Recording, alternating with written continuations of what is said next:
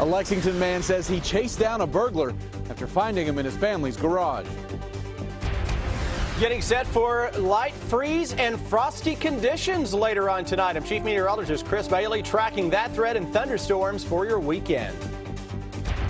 Also, a crash involving 5 cars shuts down part of a busy Lexington road. Find out why police arrested one of the drivers.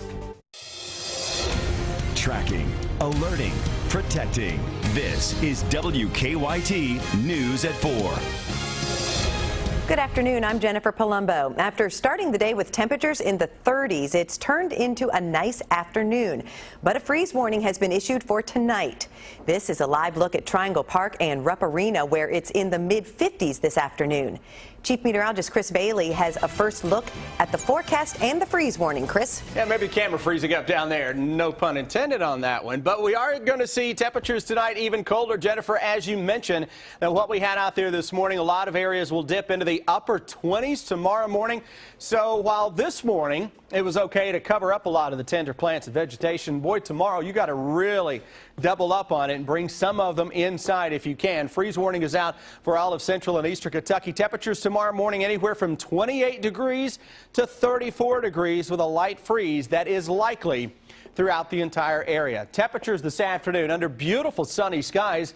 55 degrees into Mount Sterling and Moorhead, 59 in Lexington, into Danville, Frankfort checking in at 59 degrees. Most areas of central and eastern Kentucky struggling to get out of the 50s. What about tomorrow morning? Your Friday morning forecast, 28 degrees Mount Sterling, 29 Frankfort into Moorhead, most areas 32 or below, with mainly clear skies throughout central and eastern Kentucky. Live First Alert Defender, nothing is showing up for now, but the focus of the forecast with the weather headlines on the freeze tonight, and then more importantly, we're going to track the potential for storms coming up Friday night into Saturday. Jennifer, it's a severe weather threat potentially brewing as we start the upcoming weekend, and I'll break it down for you threat by threat a little later on.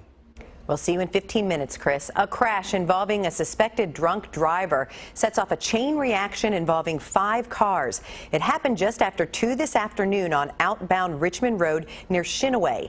Lexington police arrested a driver accused of causing the crash. WKYT's Garrett Weimer has details on this developing story. Richmond Road here is back open now, but for about an hour this afternoon, police officers were diverting traffic off of it because of a 5-car crash. Police say it happened when a car rammed into the back of a stopped car, causing a chain reaction. Police say there were only minor injuries and no one was taken to the hospital. However, police say the driver of the car that caused the crash was under the influence and will be charged with DUI. For about an hour, police were directing traffic at Richmond Road and Shinaway while crews cleaned up the accident. Again, Richmond Road is now open, so the good news is it should not have any impact on the afternoon commute. In Lexington, Garrett Weimer, WKYT. Lexington police arrested the driver, 46-year-old Gordon Gildersleeve. He's charged with DUI and several other traffic offenses.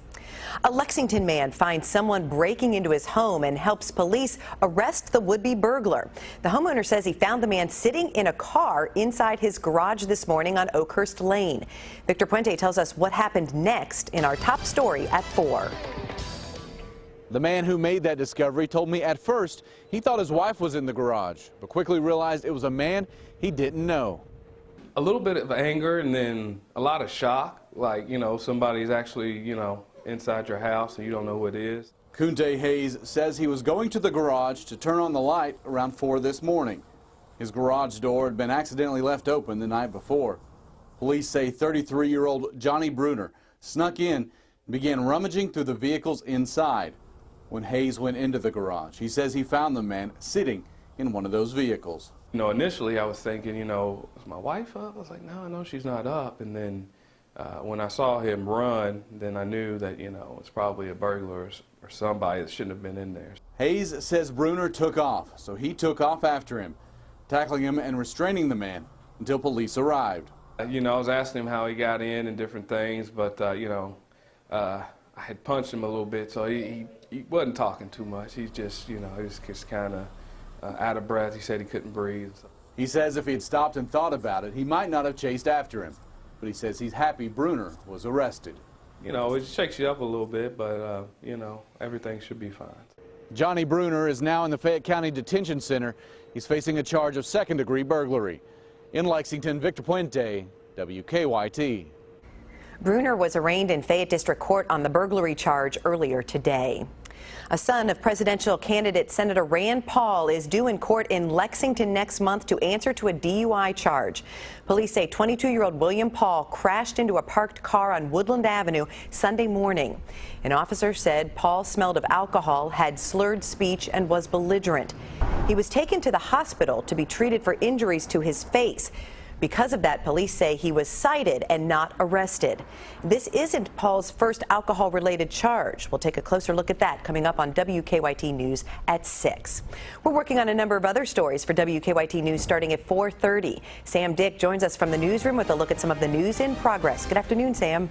Good afternoon, Jennifer. A woman is in jail accused of neglecting her disabled sister. Lexington police say that 60-year-old Terry Neal did not take proper care of the victim.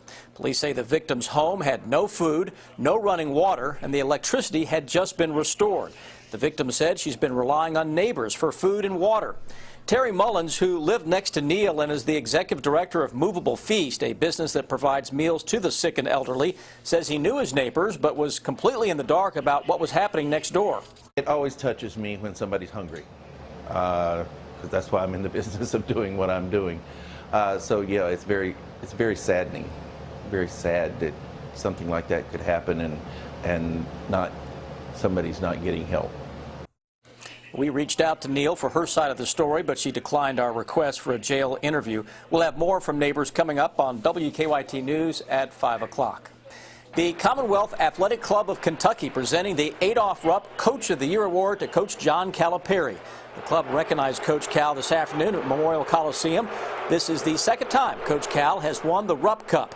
You'll hear from Coach Calipari coming up on WKYT News at 5 o'clock. That's a look at some of the news in progress. Jennifer, back to you.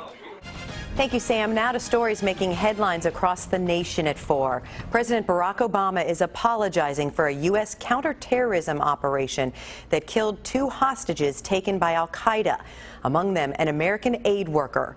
Polo Sandoval has the latest from Washington. A statement of deep apology from the nation's commander-in-chief. I take full responsibility for all our counterterrorism operations, including the one that inadvertently took the lives of Warren and Giovanni. I profoundly regret what happened.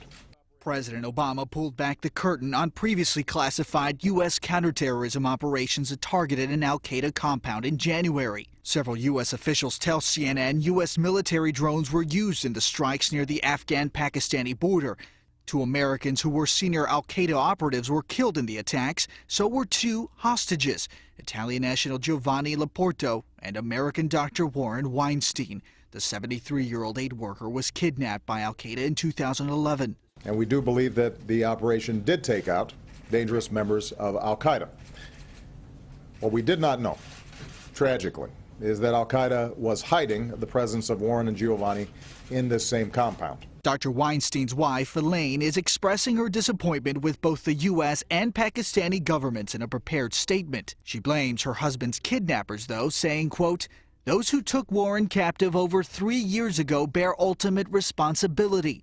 I can assure you that he would still be alive and well if they had allowed him to return home after his time abroad, working to help the people of Pakistan." The White House is launching a review of the strikes, so are lawmakers. They hope to reduce the risk of more innocent bloodshed. Reporting in Washington, I'm Polo Sandoval. According to sources, the U.S. never recovered Weinstein's body and did not conduct a DNA test to determine his death.